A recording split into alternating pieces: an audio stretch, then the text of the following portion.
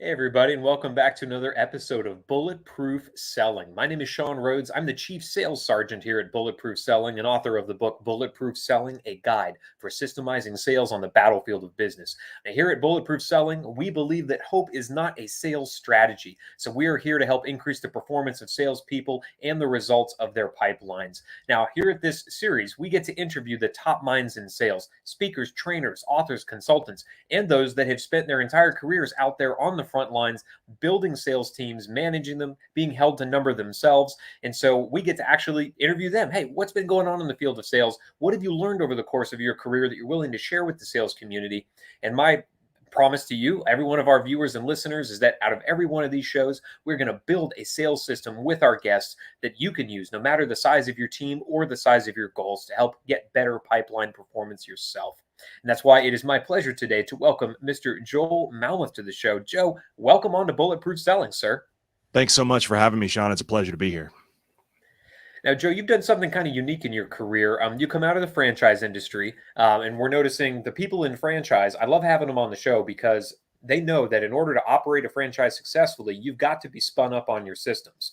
And for a lot of organizations, their delivery might be really systems driven, but the way they sell is not. And I know that is not the case for you and the companies that you've been part of and that you've helped to build. So talk to us a little bit about your experience in the industry. I think the number 26 stands out for some reason in my mind. Right. You'll have to fill me in on what that number means. But yeah, share with us a little bit about you. Yeah. So franchising is, just like you said, it's kind of a unique world. And I think everybody on some level is familiar with the fact that franchising exists and it's out there, but they don't realize how often they actually brush up against it in their everyday lives. And so, my background, born and raised South Floridian. If you know anything about this part of the world, that is not normal, right? There's not a Zoom background here. There's a real palm trees in the parking lot, and the beach is Nice. literally 100 yards that way. So in my career, sort of kind of fell into it. I was in a sales role with an e-commerce platform for aviation stuff and fell into franchising after that. And over the course of, better part of almost 20 years now, I have had the distinction of being able to oversee 26 different brands in the development capacity. Not all of that was like one after the other. At one point, I had a good 12 or 15 at the same time underneath the portfolio, but kind of a unique set of experiences in the sense that I've worked with brands that have a footprint in 60 countries with 1,800 locations, and I've worked with brands that are opening their third location across multiple industries and kind of everything in between. So I've gotten to see a lot of different things and a lot of different ways things are done. And every time I've done that, you take the best of that and you roll it into what you're doing now, and hopefully make a better cake, so to speak. Absolutely. And talk to us a little bit about where your life has brought you today. Because it sounds like you're infinitely qualified to help franchisees stand up better brands, manage their sales operations in a better way. But are you also involved in a specific franchise today? Yeah, currently I'm the vice president of development and franchise relations for the Batteries Plus brand, and I've planted my flag here, not going anywhere. And it's been the best experience of my career. Now, Batteries Plus is kind of a big franchise. I mean, I'm here in Tampa, Florida, so a little further north than you, but not too much. And, we have those locations here. So talk to me a little bit about the sales team that you manage and the business model that they're in, because they're not, a lot of franchisees that we've had on the show are selling things like food. Well, Batteries Plus is a different service, and there's actually a product behind that as well. So talk to me a little bit about the team that you manage and what you've seen them go through over the last 18 months. Sure. So on the development side, and you mentioned 18 months poignantly, I've been with the brand since May 11th of last year. So you can imagine, COVID's blowing up for the first time, and I turn and look at my wife and say, "Honey, I'm going to quit my job." So that was a little bit of a rodeo moment here in the Malmuth household, but brought on my aces, right? So I have two directors. One of them's been with me for 15 or so brands. One of them's been with me for 9 or 10. Nice. And then I've got a manager level guy who's been with me for 5 or 6 brands. And so went out and pulled my aces from some other organizations and brought them on board here. We spent a good 90 days really evaluating, Batteries Plus been around 33 years. They've got over 700 locations. Let's take a look at what they've done, the system that they've built to get here. And let's make sure that the foundations of that are appropriate for the next 30 years. You know, when they set this thing up, nobody had heard of cell phones, you know, and I'm looking at it going, well, how does the brand have a place on TikTok? You know, it's a very different thought process. And so we really spent that 90 days breaking this thing apart and putting it back together in such a way that, you know, we're really planning for the next 30 years to be a force, to continue to be a force to be reckoned with. And so everything from retooling the lead generation marketing that we do to produce that interest in the brand, all the way through to helping them get their stores open, whether that's real estate or training school or what have you. Right. You know, our team is overseeing that whole process. So the best thing that we ever did was figure out, hey, you know, this brand does a really good job of telling people, hey, we are a retailer among retailers. But at some point, they maybe went too heavy into that narrative and missed the point that, hey, we're a really good franchisor among franchisors. And that's it's a little bit different twist on the story there.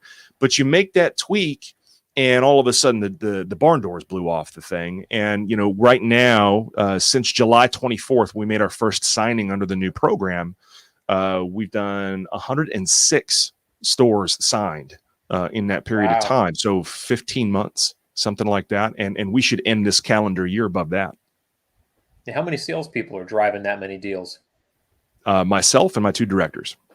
Yeah. So 3 of you all together, that many stores. And Yep. are those multi-franchise units, or are you dealing with 100 or so separate people that are investing in building businesses? Good question. So it's both. You know, we just this past Friday signed a single unit developer who's a fantastic individual, but we're averaging just shy of 3 units per signing. So there've been a couple of guys that were 10 packs and 8 packs, and then there's been a lot of 1s, 2s, and 3s along the way. And it's all based on the individual. You know, we raised the level of qualification to be considered as a candidate for franchising and so forth. And so we can be super, super picky. And the other part of it too has just been the demand for the brand has gone through the roof, both because of that narrative shift and also because really because of COVID. You know, being able to, you know, a lot of franchise brands out there that are able to say they're essential did okay.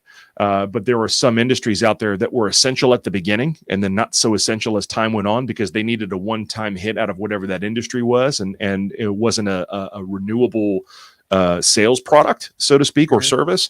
Whereas, you know, you always need what we got. So it's a little bit of a different revenue model where we can turn around and say, you know, we were comp positive in 2020 over 2019, and we're comp positive in 21 over 2020. And telling that story of stability is what the buyers are looking for. And I think that if you're really designing the right kind of sales tools or the sales program, you really got to know who you're selling to and really understand what they're looking for and just explain it in a way that rings the bell for them. And that's what we've been able to do.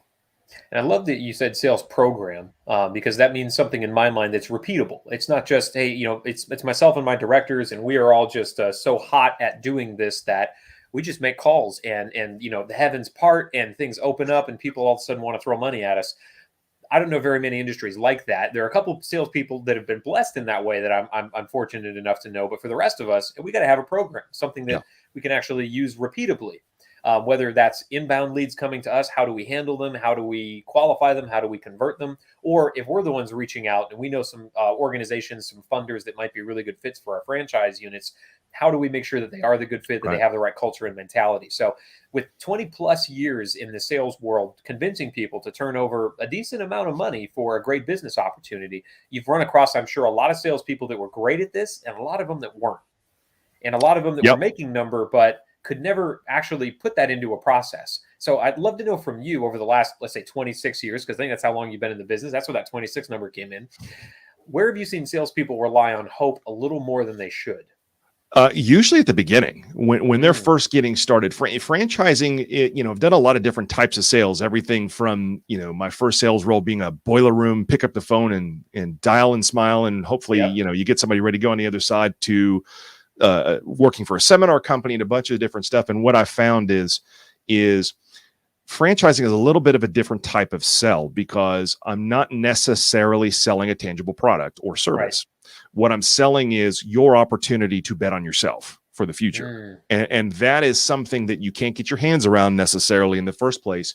You've just got to show somebody a really good mirror that lets them see themselves functioning within the circumstances of a good franchise system.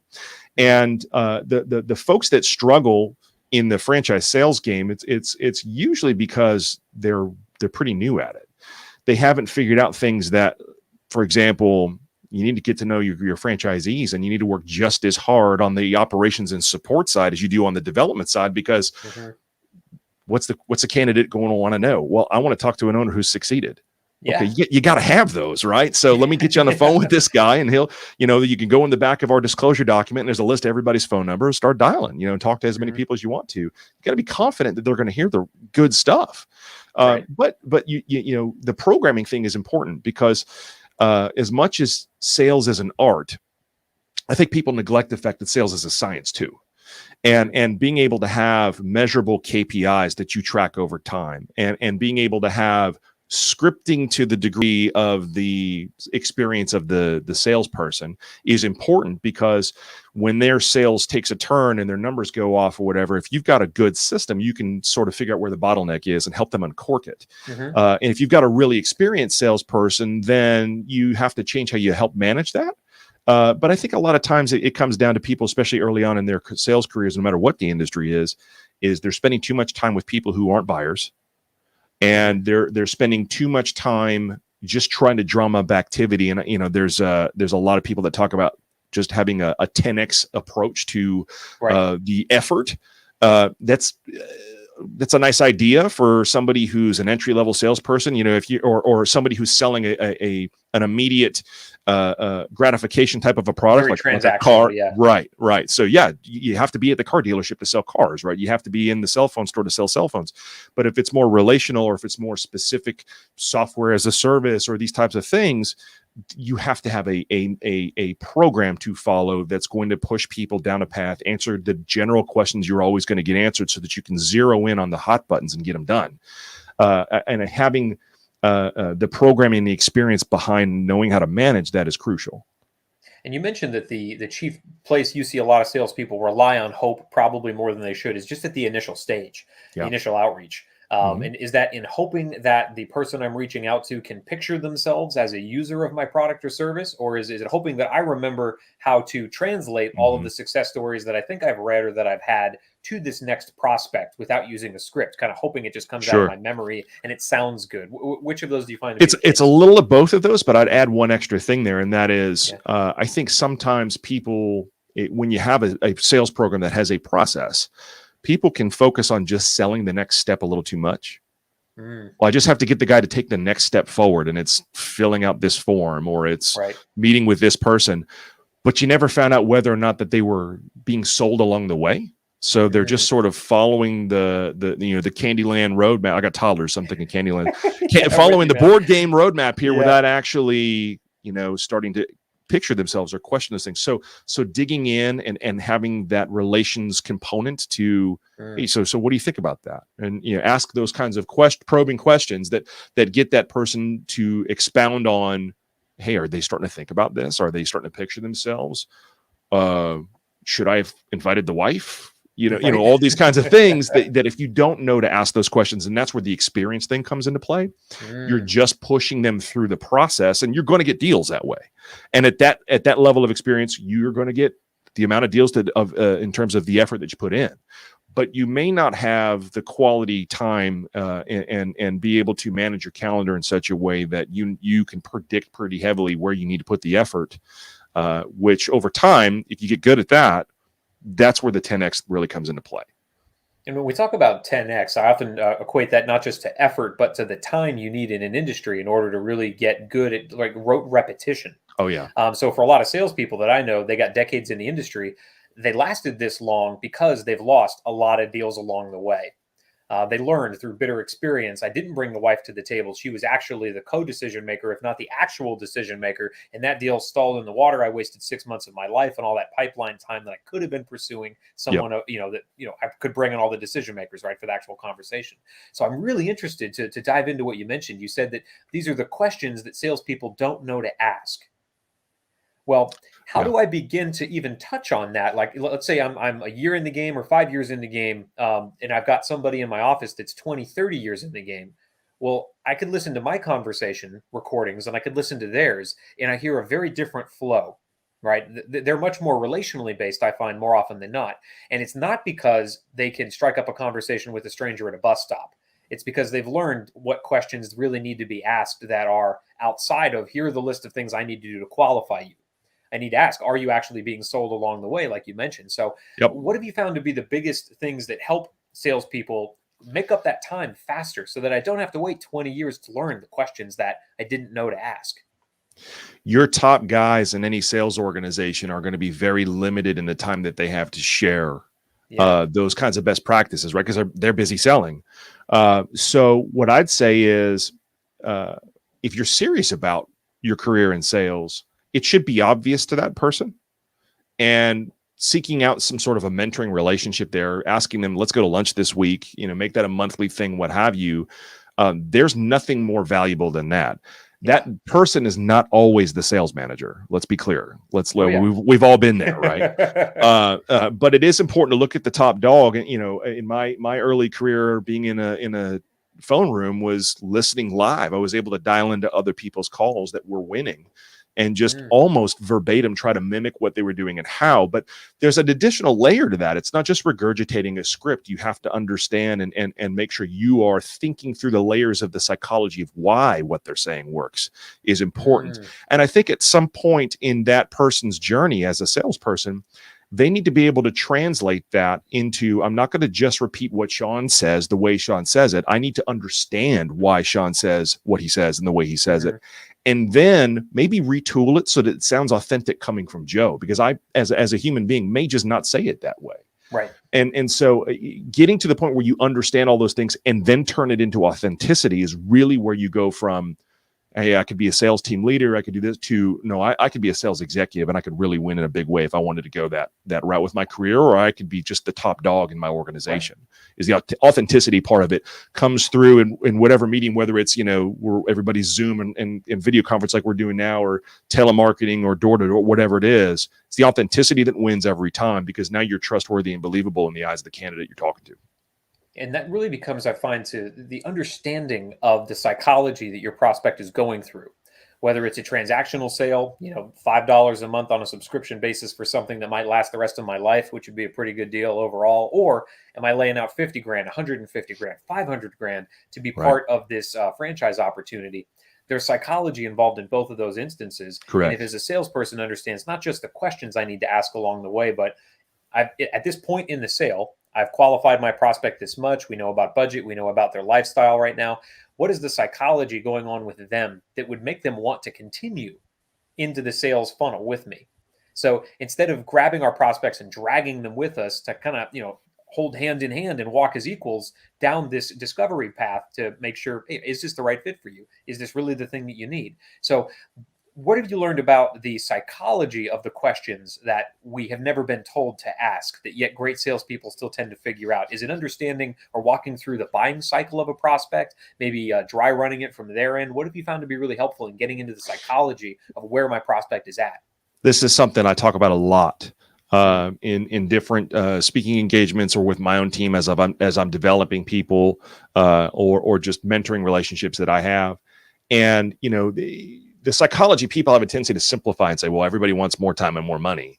Yeah. And yes, but let's go a layer deeper than that. Nobody wants more money. Everybody wants more time, right? That's the only limited resource. You can always get more money, but what is it you want more time for? Right. Yeah. You start asking that question. The typical franchise buyer is 45 to 55 years old, give or take, depending on the brand. Right. Why? Because they have to have achieved a certain level of success in their life to be able to afford to buy a franchise. Right. So that takes a certain amount of work life in most cases. And they need a certain amount of work life left to either make good on their investment or make up for a mistake. Right. So that window of time is pretty critical in terms of who we look for as franchise investors across the industry of franchising. And in order to get there, in order to become a 50-year-old franchise owner, you had to miss Little League games. and you had to take phone calls during a wedding, and you had to be late for dinner, and the list goes on. And all of those sacrifices ultimately build into what we would call in the sales world the pain points, right? The motivations behind why somebody's looking to make a change or find a solution to a problem. And I think that the psychology boils down to understanding how to dig into that individual and go, well, I just wish I had more time, or I can't stand my boss, or these other. Dig in again. There's another layer behind that. Explain that further. And then in the franchising in specifics here, the way you win at that point is really understanding and empathizing with those challenges that potential investor is dealing with.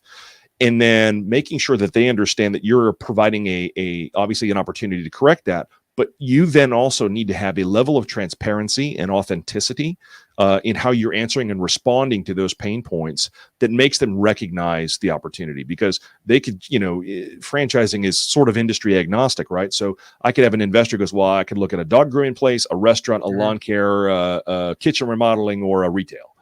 As long as it's within the investment range that I'm looking for, I'm industry agnostic. That's what's great about franchising, because I don't have to know how to do it because they're going to train me, type of thing. Right. So really what you're looking to do is just be more transparent and then more authentic than the people that are also being the brands that are also being considered by the candidate. At the end of the day, that's what wins. And it's showing that candidate that when they sign that franchise agreement and they pass that franchise fee across the table to you, that is, they need to know that I'm going to recognize that as the physical manifestation of all the sacrifices that they've made in their life up until the point that they're able to make this call. And I need to treat that as a sacred relationship. And if they can get to know me as the salesperson or my team or our organization, and that philosophy comes up over and over again, that's how you win. And that's a little soapboxy, but you can sort of translate that same concept to any layer or level of selling, and it works across the board. And it's that authenticity and the transparency that really gets it done. And the thing about sales is, so often I find, as long as we can discover what their challenges actually are, and it's rarely the thing that is the first thing to come up, right? That's, like you mentioned, that's the top layer. We need to go a level deeper. And I love the question of, yes, we are trying to provide you more time. And I completely agree that there's probably nothing in my life that I don't buy because I'm trying to get more time. Even if it's something like a watch, right? Own a watch. Well, it's a product driven thing, right? And I love nice watches. You probably do too. But is it going to allow me more time? It's going to allow me more time to enjoy myself. That's about it, right? And then there's other things. What's going to allow me more time? Peel 4 hours out of my work life so I can spend it with my toddler as well, right? There's very little I wouldn't pay for that if you could figure out how to do it and get me the same results. So I love the idea of asking a prospect, hey, what are you really creating more time for here? Especially in B2B and service related industries, you're trying to sell them something that helps them produce widgets faster or keeps them safer or keeps them from getting sued. What are they going to do with that time? Now, money, like you mentioned, is usually the top layer, but time has to be the second. And it usually is the foundation of why we're doing what we're doing. So if we can understand what these people are trying to save time for, we unlock, so to speak, the key to getting them deeper into our pipeline, developing a better relationship, because maybe we're trying to save time for the same things, right? You and I just connected. You have a toddler. I have a toddler. We're probably going to talk after the show about all kinds of toddler stuff. That's going to be fun because that's an interest we both have because of our life situation.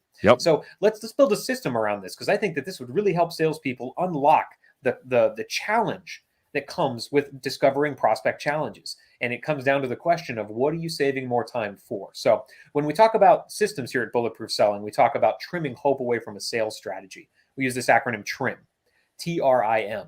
Now the T in this is the trigger. So if I'm building a sales system to ultimately find out, what is my prospect trying to save more time for? When does this start in a sales conversation? Or does it start before I even get on the phone or meet face-to-face with my prospect? For franchising, I think that the we can sort of build some assumptions into a trigger here, right? And in most cases, if you're especially talking about owner operator type franchises, you're talking about somebody that is looking to leave a career or a job for something else that they're going to invest in. So if it's multi-unit development, that gets into a different ball of wax depending on the scale there. But I think in this case, you can tailor the world is so smart these days. You can tailor your your lead generation advertisements, whether you're doing PPC or social media or PR or whatever, to materialize in front of the right audience at the right time that's painting the picture that, tired of your boss, and I'm being super simple here, but tired of missing soccer games, whatever it is, you can do that and really pull on the heartstrings. You can do things like, hey, we're like Batteries Plus. You want to get involved with the most stable franchise system out there. I mean, nobody thought that they were going to grow up one day and say, I want to sell batteries for a living. Right. But hey, you know what? If I wanted to be in a world like we're in right now, where just about everything's on fire, and be in a situation where I'm pretty stable, you can't get fired or furloughed or laid off from the company you own if you run it the right way, right? So being able to paint some of those pictures, especially in the early level interest that's starting to pick up as these people are starting to think about making a change, is an important aspect. And so with franchising, you can sort of do that right out front in the very beginning dollars that you spend to attract those individuals' attention in the first place. It really comes down, I feel like, to asking the question you mentioned, which was, hey, what's going on in your life right now? Yep. The last 18 months, everybody's got a story. Had to homeschool my kids, had to get furloughed from my job, had to figure out how to make ends meet by driving Uber. I mean, everybody's got a story. And so if we can match our product or service as the solution to give that person that time back, which might come through stability, it might come through more revenue, it might come through a better quality of life, whatever that is for them, then we've really unlocked that code to get them further into our sales pipeline. So I love the idea of the trigger happening, but just researching and then asking the question. Now, the R in trim is making this thing repeatable. So I don't have 30 years in an industry where I can just assume I'm going to remember how to do this properly. So if I'm a salesperson that you're training up in how to figure out, hey, what is this person really trying to create more time for? How do I make this repeatable for me? Is it a checklist in front of me? Is it a list of questions that I know to delve deeper on and not just read off a script? How do I make sure that I'm doing this consistently well across all my prospects? That strategy has really kind of changed over the last 18 months, because a lot of franchise development happened very much in a face-to-face environment at some level. One organization I was with, like the very first meeting was face-to-face, and no matter where you were in the world, you either drove or hopped on a plane or whatever it is, and you did that. Yeah. And that's changed dramatically to where it's more of a format like we're doing now. And so I think the world of really dynamic PowerPoint decks has become more important, but not to the point where it looks like Windows 95 clip art exploded all over the screen, right? So having the right content, the right information at the right stage, I think is important.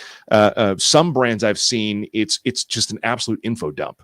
It's you get into the first conversation, and that first conversation, there's no strategy there. It's 5 minutes or 2 hours, depending on how talkative the person is. Right. And you're just the shell answer, man. You're just info dumping everything. And then you don't hear from them for 2 weeks, and you call back, so are you going to buy? That's not how this works, right? So getting your head around a franchise system, right? Which what we're talking about is getting your head around an entirely new business that you have no experience in doing is not something that's going to happen in one call. So breaking it into manageable pieces and then building on them in layers, starting with, let me just tell you a little bit about us. We've been around this long. These are the things that we do. This is kind of some of the secret sauce to our success, how we've performed most recently. And here's the steps to the process, right? And that steps to the process part, at least in that initial conversation, I think is super critical, because so much of success in selling boils down to managing expectations the right way. And I think a lot of people think that there's some strange dance that you have to do to get through that and handle that the right way. And what I found is just set them. So here's what we're going to do. We're going to do this, and then we're going to do this, and then we're going to do this. And we're not going to answer these questions until this point in time, or whatever it is, so that they are very, very comfortable in the process. And if you can get somebody comfortable in the process, and then stick to your word. Hey, I said after this call, we're going to do X, Y, Z, or after this meeting, we're going to do this. And I'm going to need you to fill out this form. What a powerful way to build trust with somebody, right? Is tell them what you're going to do and then do it. And okay, so if this guy, they start to build that there. So for a new person coming in, it's very much like we talked about before, is two things. We'll reference toddlers again. What's the toddler's favorite question? Why? Why? Why? Why is the sky blue? Why? So keep asking why. Keep asking why until you are feel like you're annoying them. But if they keep answering questions, keep going, right? Keep going. The second piece of it is learn the process first, learn the scripting second. Okay. So learn the process first. Understand that the point of this call, the point of this meeting or this event in the sales cycle is ultimately to get them to the next event, whatever that is. Right. You still have to sell along the way, and you will learn that. But if you are, especially early on, if you are a new salesperson or a less experienced salesperson, and you are modeling those more experienced salespeople or seeking out sales mentors and so forth, they can coach you on the sales part of it along the way. You can pull them into the conversation if you need to in a lot of organizations. But learn the process first. Learn the selling and the scripting second. I love that not only is a salesperson having the process outlined, I know we need to discover these things to move this person to the next stage, but to also communicate that to the prospect. Because you can also start early by saying, hey, we're just trying to save you some time here. I want you to spend more time with your family if that's what you've communicated is important to me. So here's the goal of today's meeting. We're going to try to discover X, Y, Z. If that turns out to be the case, then we're going to be asking you to do A, B, and C before the next time we get together. And just to lay it all out there. It's a brilliant way to sell. Subtle and yet very powerful reverse selling tool that they don't see coming, right? Yeah. Yeah. Is, hey, listen, we're going to try to figure it. Yeah. Yeah. Oh, yeah. We're going to try to figure this out. And if the answer is this, we're going to go this way. If it's not this, we're going to go that way. And that immediately puts somebody aside. So I can't just write a check for this. No, you cannot. No. And so I think some people get the reverse selling thing backwards. They sort of treat it like a hard sell, like you just said. It's not. It's just, listen, either you're right for this or you're not. We need to figure that out before we waste each other's time. Yep. So we got the trigger. We've got making this thing repeatable. Now, the real fun part in my mind is in making sure that we improve upon this. Because as you mentioned, a lot's changed in the last 18 months in the franchise world. If we were to attempt this back in 2018, it might look a little different than it looks today because a lot of people are in different life situations. Who would have thought you'd be dealing with people that were just trying to stand up a business because they've been furloughed?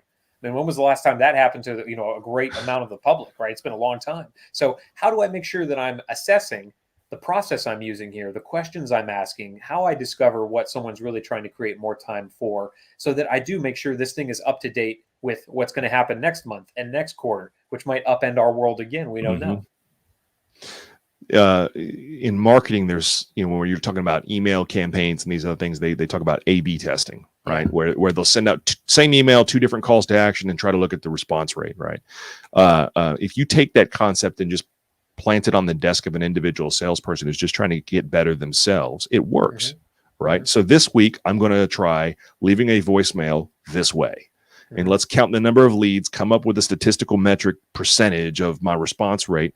And then I'm going to change, and this is where the tenure in the role comes into play. I'm going to change one word, right? I'm being extreme here, and see what the difference is, right? And we have had situations where one word difference has made a major difference in email campaigns, right? So the same thing applies in when you're live selling to somebody too. Going back to the early phone room days, the one particular person, his name's Eddie, and if Eddie's listening to this, you know who I'm talking about here.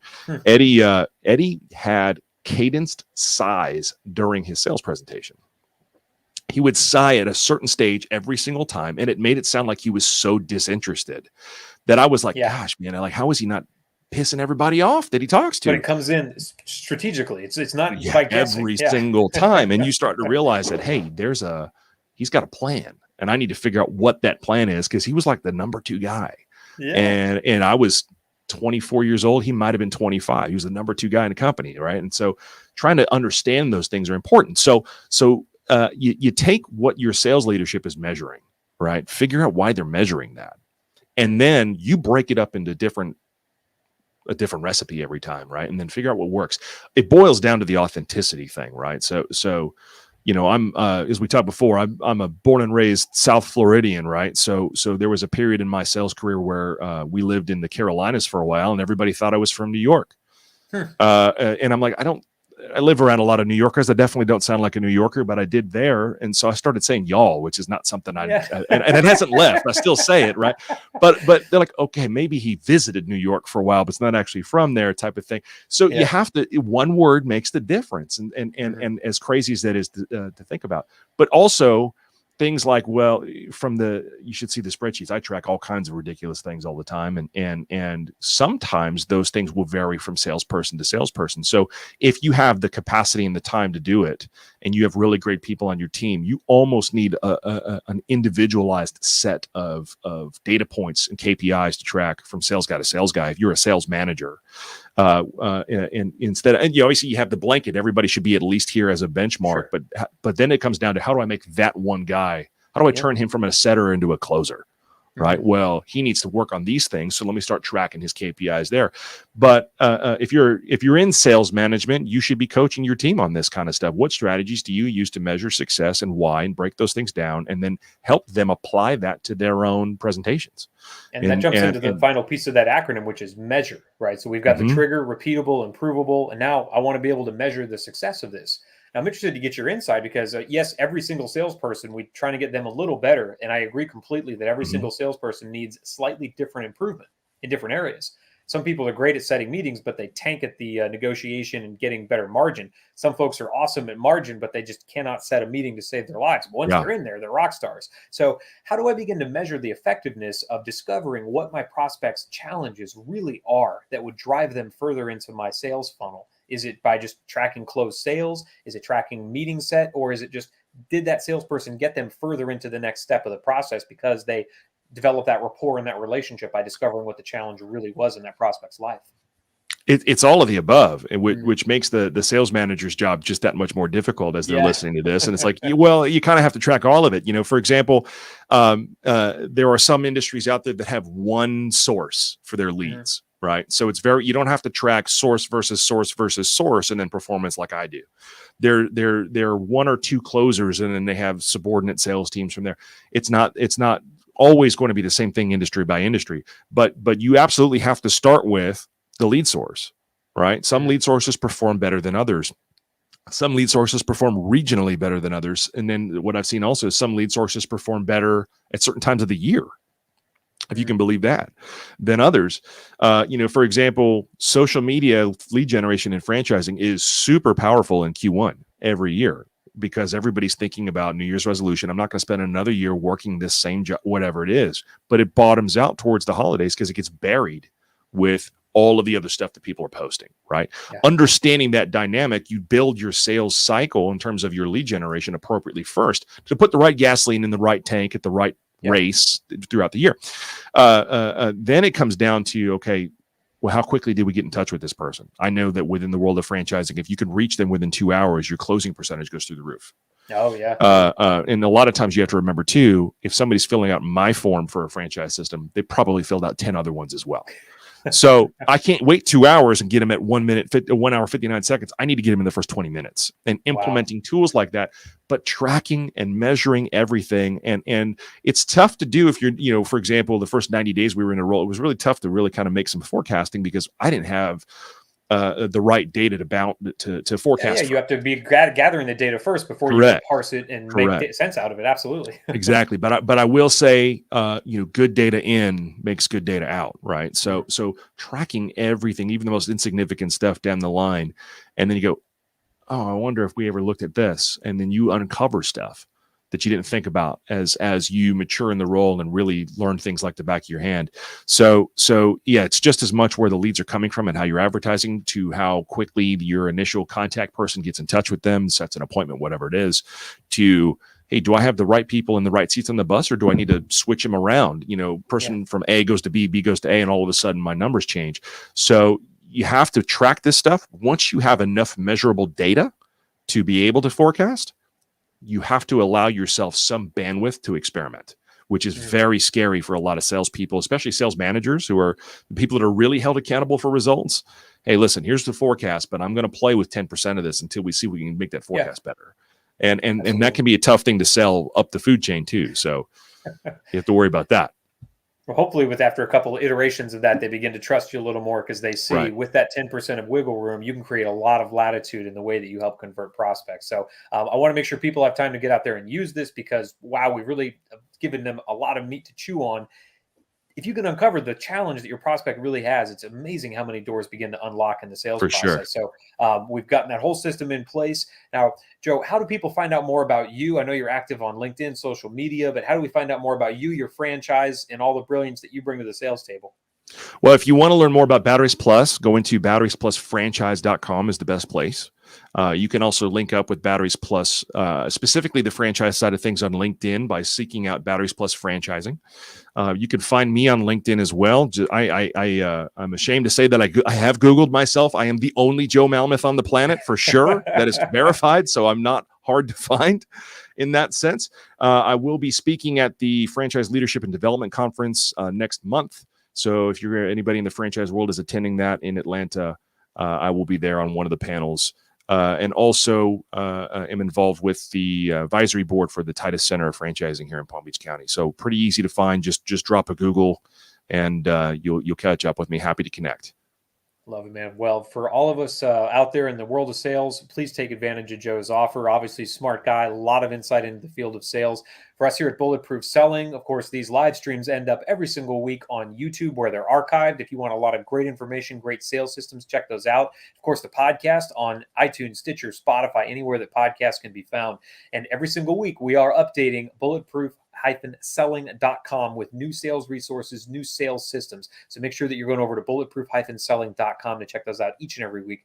Well, Sean Rhodes here with Mr. Joel Malmuth. It's been a pleasure serving the sales community alongside you, Joe. Let's get out there and make selling bulletproof. Let's do it.